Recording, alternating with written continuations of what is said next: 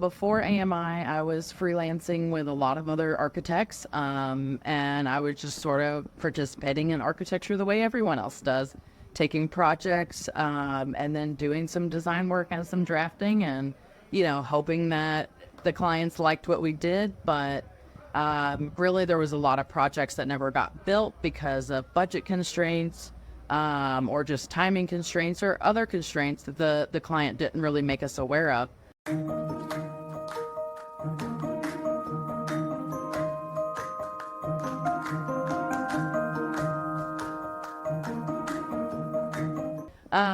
So I'm Kendle and I'm from Tampa, Florida. I'm at the Mastermind Summit in Queenstown, New Zealand. Before AMI, I was freelancing with a lot of other architects, and I was just sort of participating in architecture the way everyone else does, taking projects and then doing some design work and some drafting and, hoping that the clients liked what we did. But really, there was a lot of projects that never got built because of budget constraints or just timing constraints or other constraints that the client didn't really make us aware of. And so when I joined AMI is when I started taking on like all of my own clients, and I really found a process that felt like me.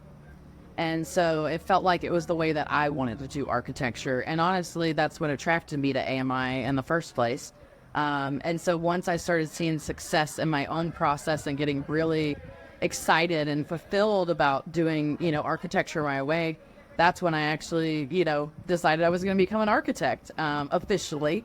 And so it really lit a fire under me at that point when I saw, hey, this works and I can make this happen the way I want to make it happen. And so now I just kind of want the credibility, to go with it so that I can take it to the next level. And so, I say after AMI, I have a lot more faith. I am a lot more fearless, but I have a lot more of a unique system. And I think that's what provides that faith and fearlessness. And AMI is definitely, what taught me, I think, all of that. So and now you're a licensed architect. Now I'm a licensed architect, yes. Awesome. I couldn't be more grateful for, I think it's been about a year and a half since I joined. And I could not be more grateful since, everything that I've learned and everything that's come together since then. I mean, now I've been doing my newsletter, I think for about 9 months now. And I have like 3 of the top builders in my area that are, I'm their go-to person for custom luxury homes, $2 million and up. And I live in an area that is saturated with architects that would love to work with these builders.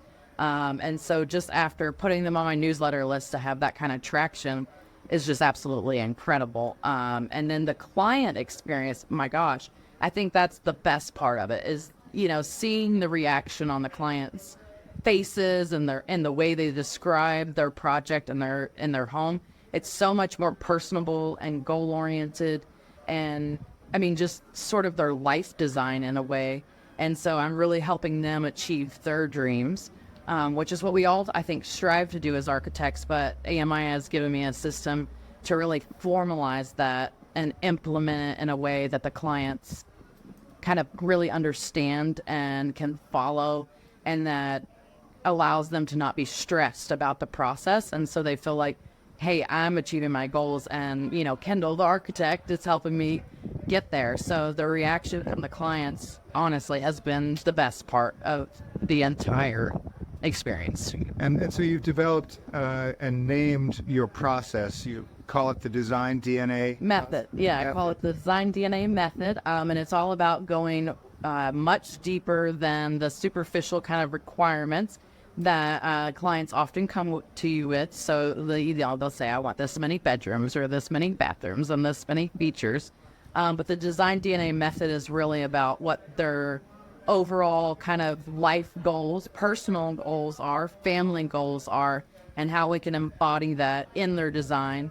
And then certainly dealing with some of the harder factors like their budget or the code, restraints, but allowing them to feel like that comes together with the creative parts of the project, and it doesn't feel like a sacrifice at the end. It feels like we're sort of planning this all together instead of like giving them everything on their bucket list and then having to piecemeal back to reality.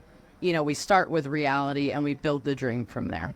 My last clients, I don't know if you heard me say this yesterday, but I was doing a walkthrough last week, and my client said to me that they said that we tell everyone just to talk to Kendle because we don't know what happened. We just told her what we really wanted in life, and she gave us this magical plan that gave us everything we need and fit our budget, which their budget was a very tight constraint when we started the project. And they thought they needed a lot more than they actually needed to achieve all their goals. But once we dug past the sort of formal requirements, then, you know, I was able to see what they truly wanted and give them more options to achieve that goal that met all of their needs, not just, you know, those specific bedroom, bathroom, square feet, and then, hey, that doesn't meet my budget at all. So to, you know, really start with what's truly important sort of allows you more freedom to craft the solution.